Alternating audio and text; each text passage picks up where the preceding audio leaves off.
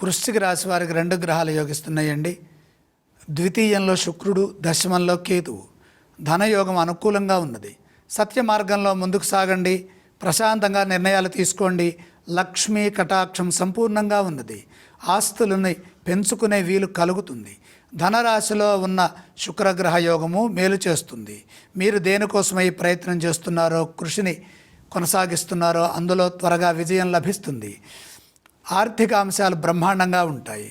శక్తి వంచన లేకుండా పనిచేయడం ద్వారా విశేషమైన శుభ కార్యసిద్ధి గోచరిస్తుంది. పెట్టుబడుల రూపంలో ధనాన్ని పెంచుకునే వీలు ఉన్నది.